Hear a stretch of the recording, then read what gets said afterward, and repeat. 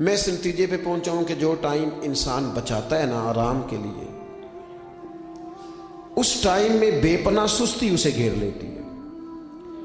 ہم چھوٹے ہوتے تھے بچپن میں، اسکول سے ایک چھٹی کرتے تھے پھر دوسری کرنے کو بھی دل کرتا تھا، دوسری کرتے تھے پھر تیسری کرنے کو بھی دل کرتا تھا۔ گاڑی اسی کا نام ہے جو چلتی رہے، ڈیوٹی اسی کا نام ہے جو ہمیشہ کی جائے۔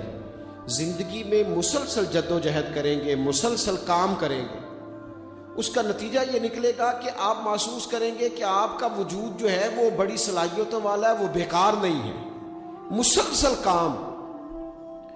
آپ انبیاء کرام علیہ السلام کی زندگی دیکھیں، صحابہ کی زندگیاں دیکھیں، اہل بیت کی دیکھیں، اولیاء اللہ کی دیکھیں، بزرگان دین کی دیکھیں، آپ دیکھیں کہ انہوں نے کام کتنا بڑا کیا ہے۔ ہم کبھی ان کو پڑھتے ہیں تو حیران ہو جاتے ہیں کہ یار اتنے مختصر وقت میں اتنا زیادہ کام تو ممکن ہی نہیں۔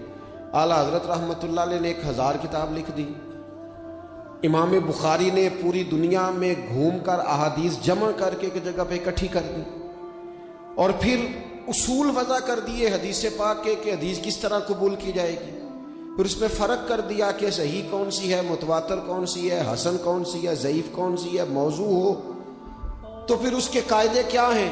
اتنا کام بزرگوں نے کر دیا، جد و جہد تھی زندگی میں، مسلسل ڈیوٹی کرتے۔ جب مسلسل کام کرتے ہیں نا، نبی پاک صلی اللہ تعالی علیہ وسلم نے فرمایا جو آدمی محنت کرے، کوشش کرے اور شام کو تھک کے سو جائے، اللہ اس کے پچھلے گناہوں کو معاف فرما دے۔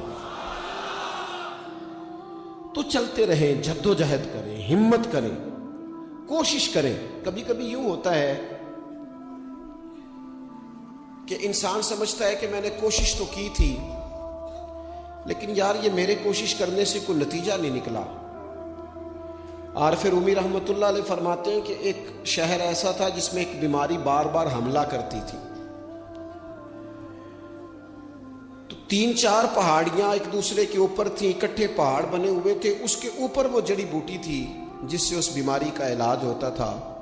تو کئی حکیموں نے بتایا کہ اگر وہ جڑی بوٹی حاصل کر لی جائے تو تمہارے شہر کے لوگ صحت یاب ہو سکتے ہیں، پر وہ 4 پہاڑیاں اوپر نیچے، اور پھر ڈھلان بڑی سیدھی تھی، جو پیر رکھتا پھسل جاتا، کوئی جرت ہی نہ کرتا اوپر جانے کی، لیکن لوگ بیمار تھے، تکلیف میں تھے۔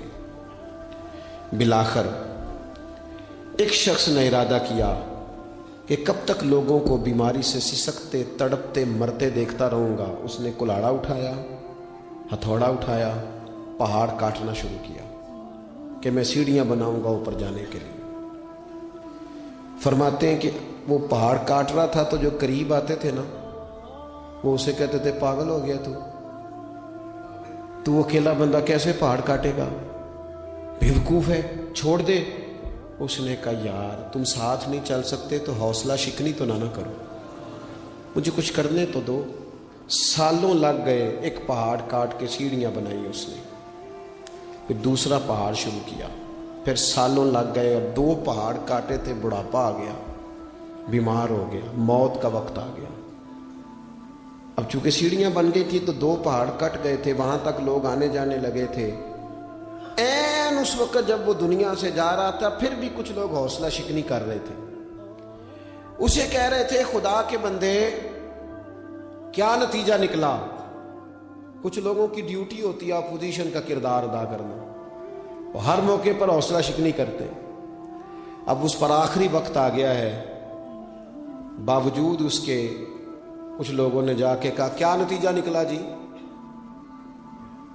تیرے اوپر موت کا وقت آ گیا ہے، تو اوپر تک تو جا نہیں سکا، فائدہ کیا ہوا؟ وہ کہنے لگا بیوقوفو تمہیں پتہ ہی نہیں میں کامیاب ہو کے جا رہا ہوں۔ انہوں نے کہا کس طرح؟ کہنے لگا میں نے آدھا سفر آسان کر دیا ہے، اب جو میرے بعد آئے گا نا اسے 0 سے نہیں شروع کرنا پڑے گا، میں نے آدھا سفر اس کے لیے آسان کر دیا۔ وہ تیسرے پہاڑ سے شروع کرے گا، 2 کاٹے گا تو جڑی بوٹی تک پہنچ جائے گا، لوگوں کو شفا ہونے لگے گی اللہ کے فضل سے۔ ہم پتہ کیا کرتے ہیں، بالخصوص میرے وطن کا رواج یہ ہے کہ لوگ آدھا سفر بھی آسان کرنے کو تیار نہیں، وہ کہتے نہیں سارا ہی فلانا کرے گا۔ جتنے انبیاء دنیا میں آئے نا میرے دوستوں، وہ سارے کامیاب گئے، لیکن کسی کے ساتھ 4 امتی، کسی کے ساتھ 10، کسی کے ساتھ 100، کسی کے ساتھ 200، لیکن نبی کامیاب گئے۔ کیوں؟ کہ اللہ تعالیٰ نے جو ان کے ذمے ڈیوٹی لگائی تھی وہ ڈیوٹی انہوں نے پوری ذمہ داری سے سر انجام دی. اس ڈیوٹی میں انہوں نے کبھی کوئی کمی دکھائی تو اپنی زندگی میں جد و جہد کریں, کام کریں, بیٹھ کر صرف بات نہ کریں, تنقید نہ کریں, بیٹھ کر صرف منصوبہ بندی نہ کریں. اور میرے ملک میں بالخصوص یہ کام ہوتا ہے, تبصرے کرو, چینل کھولو, تنقید کرو, اندر کی خبر لے کے آؤ, کوئی کہانی سناؤ, کوئی نئی سٹوری بناؤ, لیکن کام نہ کرو. بڑی خوبصورت بات کی شاعر نے, اس نے کہا شکوہ ظلمت شب سے تو کہیں بہتر تھا, اپنے حصے کی کوئی شمع جلاتے جاتے. لوگ تعلیم نہیں حاصل کر رہے تو بھئی آپ ایک بچے کا خرچ اٹھا لیں, کسی غریب کا آپ اسے پڑھا دیں, ایک بندہ تو آپ کی وجہ سے تعلیم یافتہ ہو جائے. لوگوں کو کھانا نہیں مل رہا, بھوکوں مر گئے لوگ, حکومتیں کچھ نہیں کر رہی. آپ 10 بندوں کی ذمہ داری اٹھا لیں, آپ غریبوں کو دیکھ لیں, 10 لوگوں کے گھر میں آپ کھانا پہنچانا شروع کریں. اور یہ ہوتا رہا ہے, لوگ یہ کام کرتے رہے. یہ ڈیوٹیاں ہمارے بزرگوں نے سر انجام دی ہیں, 2 کر کے, 4 کر کے, 6 کر کے انہوں نے کام کیا ہے. اپنی ذمہ داری کا احساس کریں, مسلسل کام کریں, مسلسل جد و جہد کریں, مسلسل ڈیوٹی کریں. اور پھر میری تیسری گزارش آپ سے یہ ہے کہ جس طرح آپ اپنے اپنے گھر میں آپ کی ذمہ داریاں ہوتی ہیں, اور اگر آپ ذمہ داری ادا نہیں نہ کرتے تو احتجاج ہوتا ہے. ماں کو ٹائم نہیں دیتے تو ماں بھی احتجاج کرتی ہے, گھر والی کو ٹائم نہیں دیتے تو وہ بھی احتجاج کرتی ہے, دوستوں کو وقت نہیں دیتے تو وہ بھی اس کا شکوہ کرتے ہیں. تو آپ کے ذمے جتنی بھی ذمہ داریاں ہیں, آپ پڑھاتے ہیں, کلاس میں وقت پہ نہیں آتے تو اس کا اظہار کیا جاتا ہے. ہم نے اپنے اپنے ذمے جو ذمہ داریاں لی ہیں پوری کرتے ہیں. میں آج آپ کو یہ پیغام دینا چاہتا ہوں, ایک ایک ڈیوٹی دین کی بھی اپنے ذمے لیں.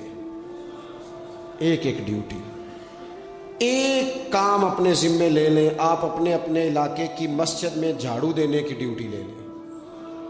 آپ یہ ذمہ داری لے لیں کہ مجھ سے کچھ نہیں ہو سکتا تو میں ہفتے کے بعد مسجد میں جاؤں گا اور قرآن مجید کو میں صاف کر کے, جھاڑ پونچھ کے, ترتیب کے ساتھ مرتب کروں گا. مجھے اگر ناظرہ قرآن مجید ٹھیک پڑھنا آتا ہے تو میں 10-11 بچوں کا روز سبق سنوں گا, آگے پڑھاؤں گا.